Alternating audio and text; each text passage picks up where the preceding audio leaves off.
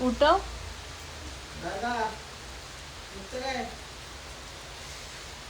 Friends, आज असं वाटतंय पूर येणार आहे. तुम्हाला दाखवते, एक मिनिट. हे बघा, दिसतंय का? तिकडचं पाणी इकडे पास होतंय. आता हे पाणी इकडे पास होणार.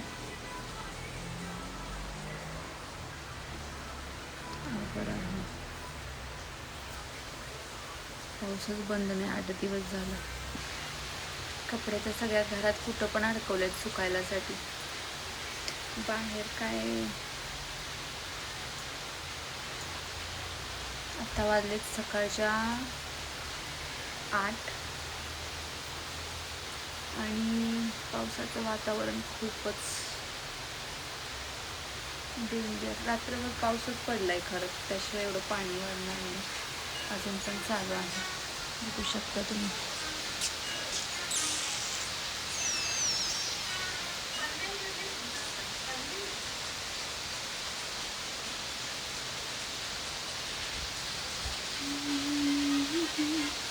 त्या पलीकडचं पाणी त्या रस्त्यावरून इकडे येते. आता हे पाणी भरून पलीकडे जाऊन त्या रस्त्याच्या पलीकडे जाऊन म्हणजे कठीण कठीण. कपडे तर आज बाहेर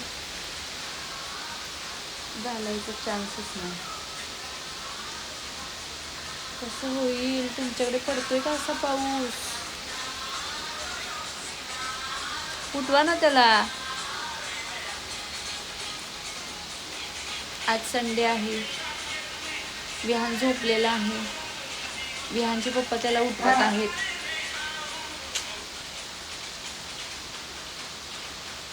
मला तर रस्त्यावरनं जाऊ सुद्धा वाटायचं नाही. पाणी बघून.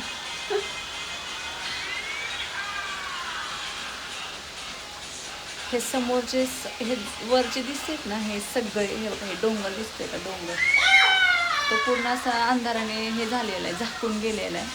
तरी थोडा थोडा दिसतोय. पण या साईडचे तर डोंगर सगळे झाकून गेलेत. हे वरचे सगळे डोंगरच आहेत, ते दिसत नाहीयेत.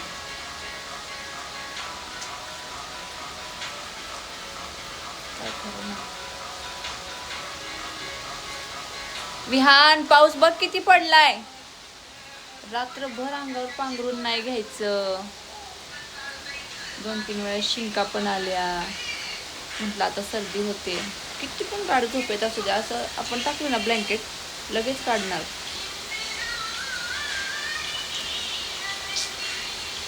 मस्तपैकी चहा करून पेतो आता. कसली झाले रे. 8 वाजलेत 8 आणि कसलं वातावरण आहे सकाळचं बघू शकता तुम्ही.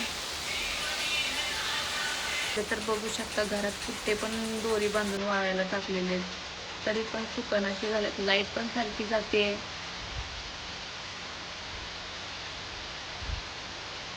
एवढा पाऊस नको.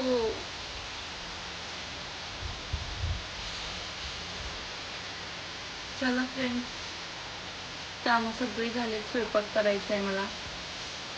विहानला अंघोळ घालायची आहे, पण पहिले चहा पाणी करतो.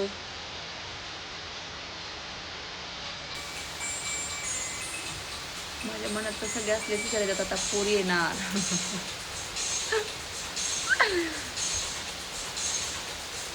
एवढं पाणी जमा झालंय.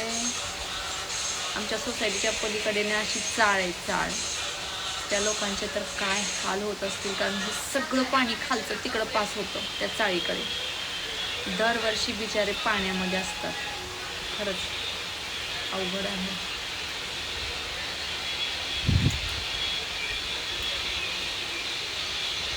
जिथं गरज आहे तिथं नाही पडत, जिथं आता बस झाले तिथं अजून पडतोय.